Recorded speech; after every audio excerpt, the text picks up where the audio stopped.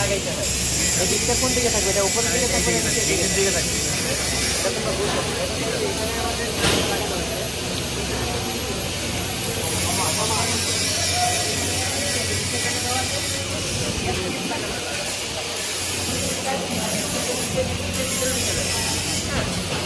ভিতরে ঢুকে গেলে কি হবে?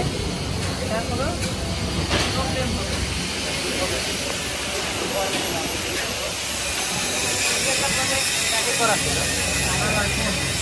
তুমি যখন একটা ওয়েল্ডিং হিট প্লান্ট লাগাইছো তখন কিন্তু দিকটা কোন দিকে দিচ্ছ? অর্থাৎ আমার যেখানে গ্যাসকেট হবে ওই সাইডে দিচ্ছি, কিন্তু আমরা যেদিকে ওয়েল্ডিং করবো ওইদিকে কি দিকটা দেওয়া হয়েছে? এখন তোমরা যে স্টিলেরটা বানাইছো এটা কারা বানাইছে? তোমরা বানাইছো। ড্রয়িং করে দিচ্ছি, আমি তোমাদেরকে আইসোমেট্রিক ড্রয়িং দিচ্ছি, তোমরা নিজেরা তৈরি করো। তোমরা তো এখন সবাই আইসোমেট্রিক ড্রয়িং বলছো না? এতদিন আইসোমেট্রিক ড্রয়িং করছো, করছো, শিখছো। হ্যাঁ, এখন প্র্যাকটিক্যালি কাজ করতে চাই আইসোমেট্রিক ড্রয়িং।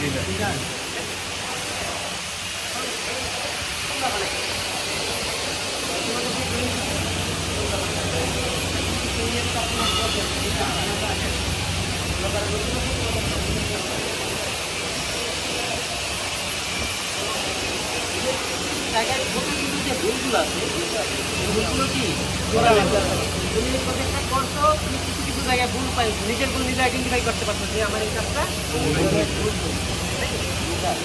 এরকম যদি তোমরা প্রতিনিয়ত আমাদের এখানে করতে থাকো, হ্যাঁ, একটা করে একটা ড্রয়িং নিয়ে একটা প্রজেক্ট তৈরি করবা, একটা প্রতিদিন নতুন নতুন প্রজেক্ট নিয়ে কাজ করবা, তখন কি ভুলগুলো থাকবে?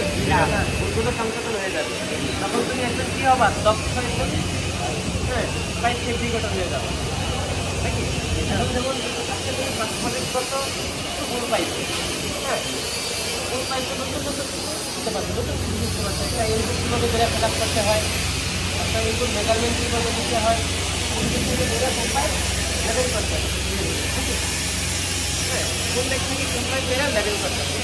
আমি যদি একটা পাই কোথায় লেভেল করতে হবে, কোন দিকে রাইট আমার মেজারমেন্ট করতে হবে, যে আমার এটা প্রোগ্রাম লাগা আছে, এটা তো মোটামুটি শুরু করতে পারবে না। কারণ আমাদের ফার্স্ট প্রজেক্টে তোমরা অনেক এই প্রজেক্টে যে ভুলগুলো হয়েছে পরবর্তী আমাদের কি ভুলতে হবে না, এই না, পরবর্তী প্রজেক্টে যখন তোমরা কাজ করবা, পরবর্তী যখন আরেকটা তখন এই ভুলটা হবে না, হবে না। তো যে ভুলগুলো তোমরা পাইছো আমার কাছ থেকে